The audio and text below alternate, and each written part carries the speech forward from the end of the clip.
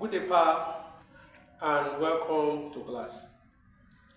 I am glad to know that you are still there with us and you are following us as we go with the subject indices.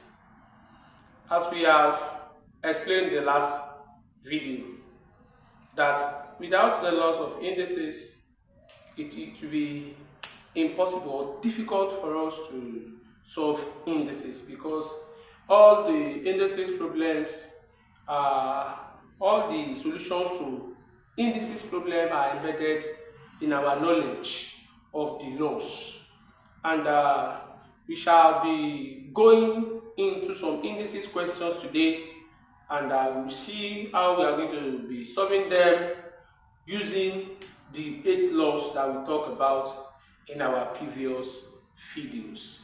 As I've said earlier, we have gotten some questions on the board, and we are going to be using the laws that we discussed in the earlier video to solve these questions. So let's quickly see the solutions.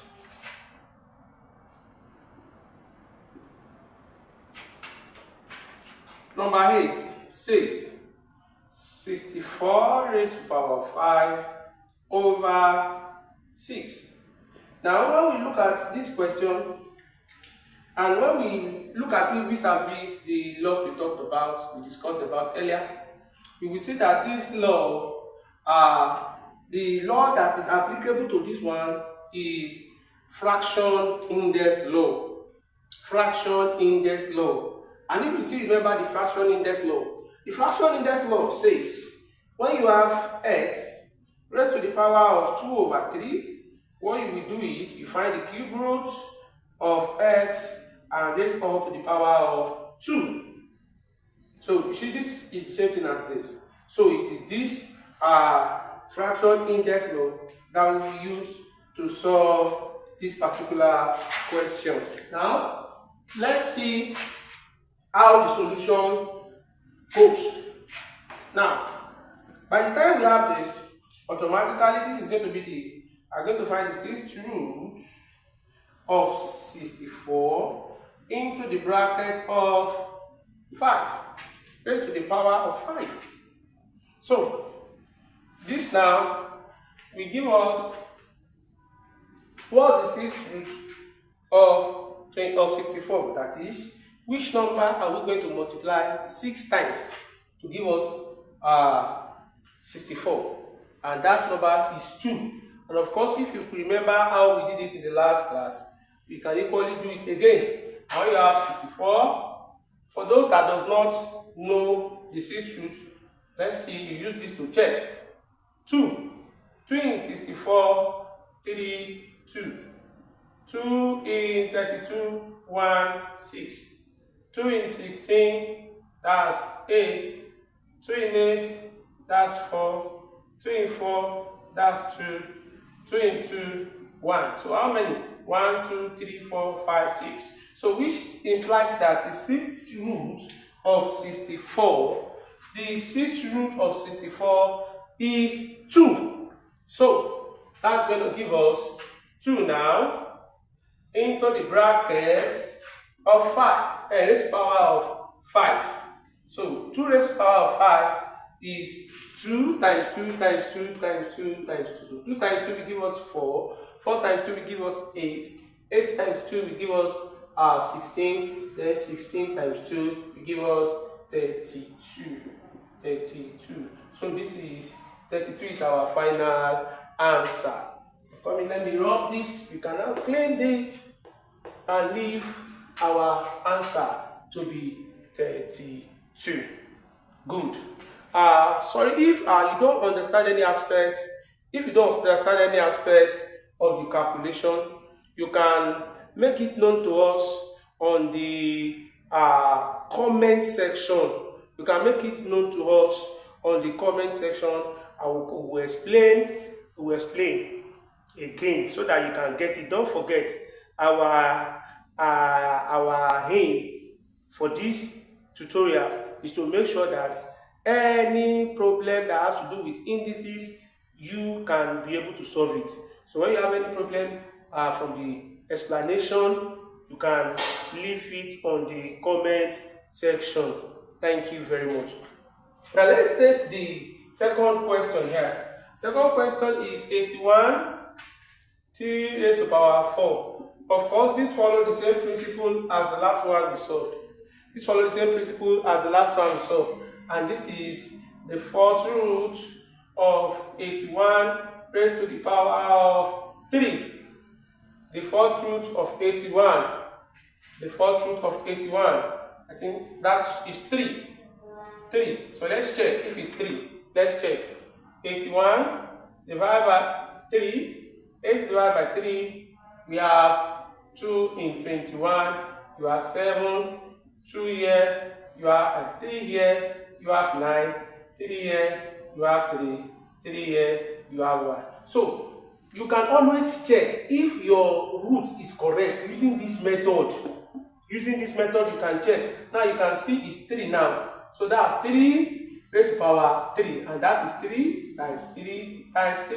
Which is equal to 3 times 3, 9 times 3, 27. That is our answer. Now let's go to the next question quickly.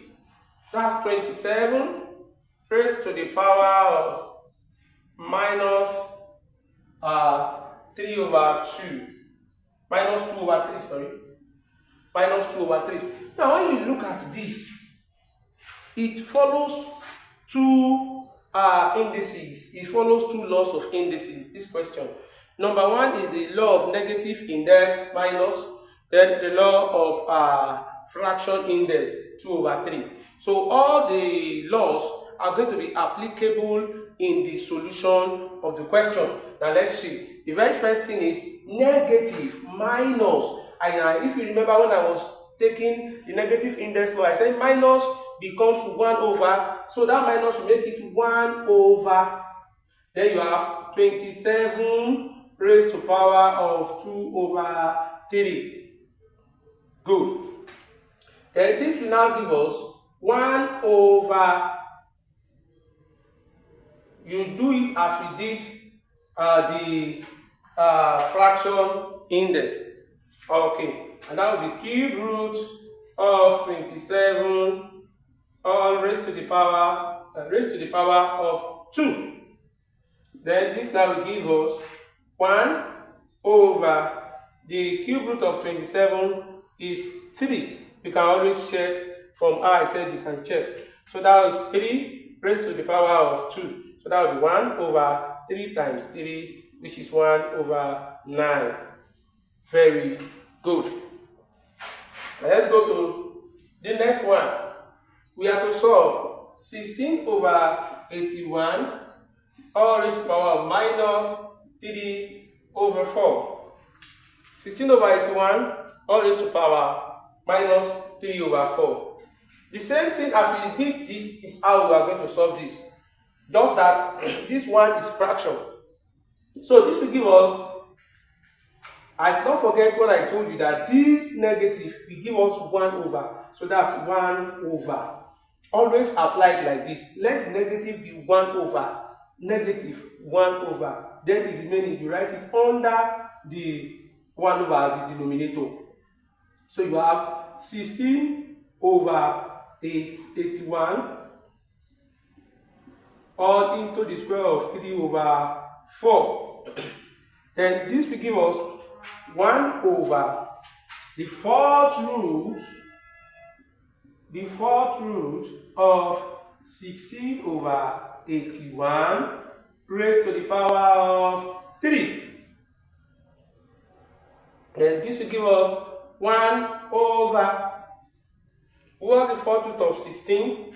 That is 2. Of course, 2 times 2 times 2 times 2 will give us 16. Then the fourth root of 81 is 3. We did it somewhere here, if you still remember. So the fourth root of 81 is 3. Then we now have raised to the power of 3. So what do we do now? What we do is, you say 1 over 2 raised to power 3. That's what that one implies. which is 2 times 2 times 2. Then you have 8 over 3 raised to power 3. 3 times 3 times 3, which is 27. Then this will give us 1. Please don't be confused. Please don't be confused. Do not use 1 over 8. You are going to be confused. 1 is standing alone, so it's 1 divided by 8 over 27. This is a fraction. This is division. And as we've all known, that for division, 1 divided by 8 over 27. When we have division under fraction, we change the division to multiplication. And when we change the division to multiplication, the numerator becomes denominator, and the denominator becomes numerator on the right hand side. Now, so this will give us 1 multiplied by 8 over 27. Don't forget, this is equally 1 over 1. So 1 times 8 will give us, and in fraction, the numerator will always multiply the numerator, the denominator will always multiply the denominator. And that is how we have it to be 1 times 8, 8 over, sorry,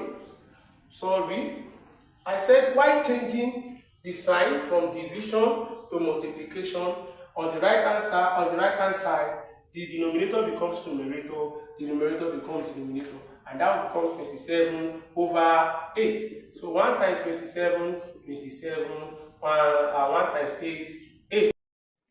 Now 27 divided by 8 will give us 3 whole number,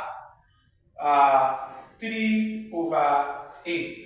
This is our answer.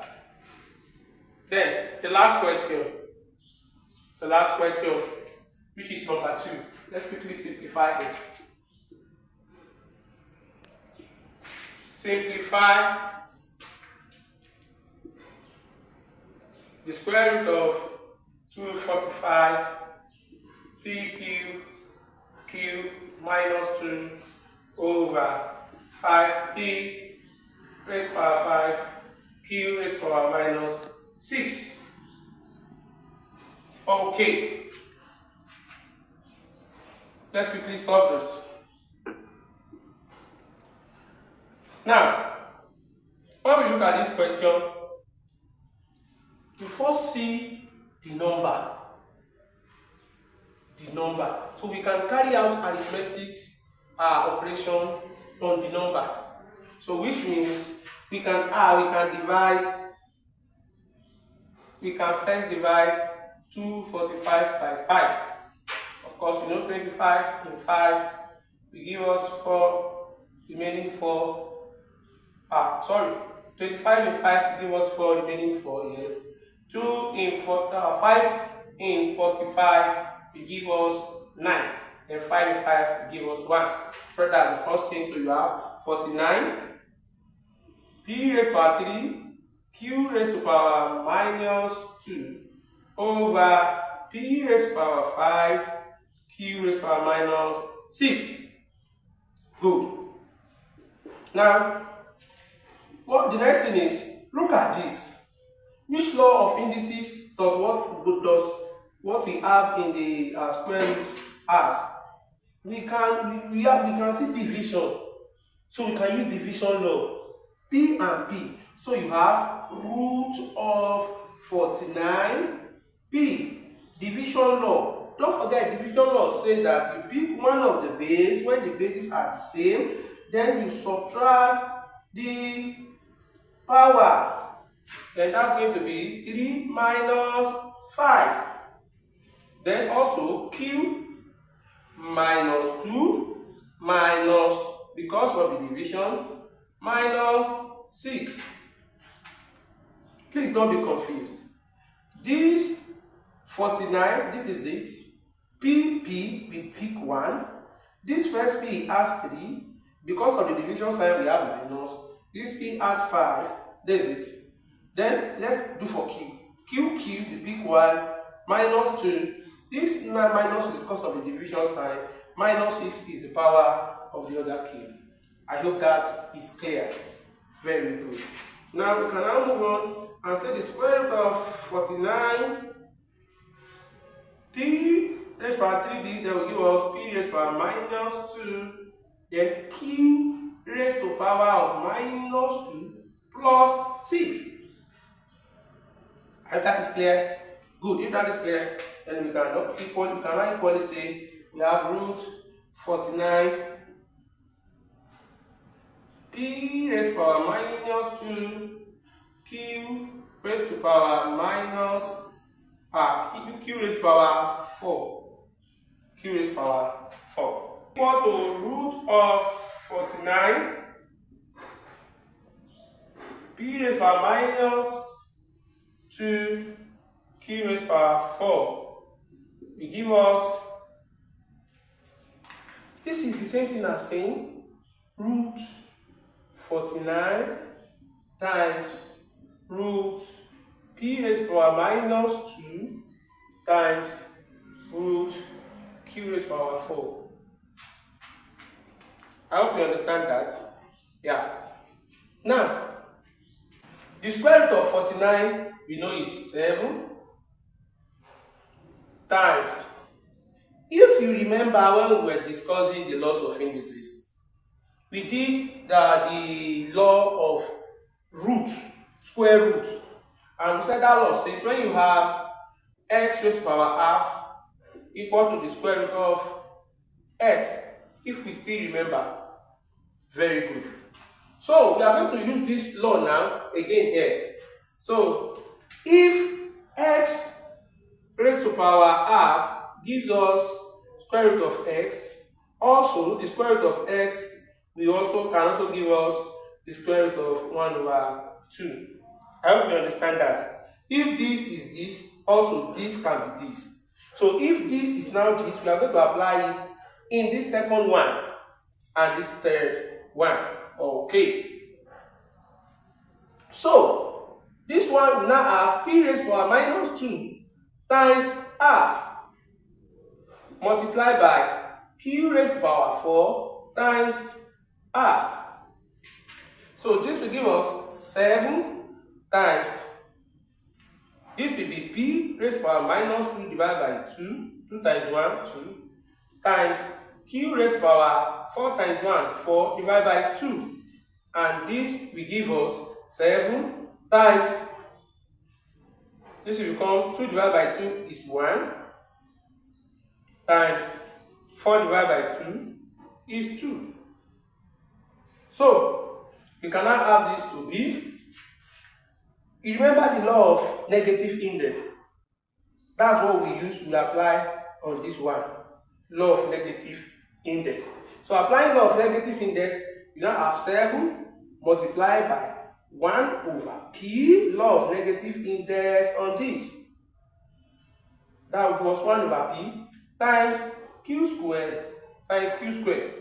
Of course, we know this is same as over 1 and as over 1. So when you are multiplying fraction, as I said the other time, numerator multiply numerator, denominator multiplies denominator. So 7 times 1 times q squared. That's 7q squared over p. This is the final answer. Alright. If all the questions we have solved earlier is well understood, I would like to test and see our ability and what we have been able to assimilate or understand so far in course of the tutorial. So we have prepared questions so that you can lay your hand on the questions and try your knowledge on them. Please and please, it is very important for you to try to solve these questions. It is important for you to solve them before you go to the next video, because in the next video we are going to solve these questions. But it's going to be advisable for you to try your knowledge and let's see how far your level of understanding concerning indices. So once you have solve this question, I'm going to drop our WhatsApp number at the end of the video so that you can drop a picture, a screenshot or a picture of the solutions. So what I'm saying is that once you are done solving these questions, take a photograph of them, send them to us as image in our WhatsApp number. We will look at it, we will figure out where you made mistake, we will point it out to you and let you know where your mistake is, if there is any. Please and please, once more I want to encourage us to please solve these questions before you watch the next video, so that by the time you solve it, you can be able to know where you made mistake and where corrections are needed. Please, I'll be waiting for the solution of this practice question in our WhatsApp number.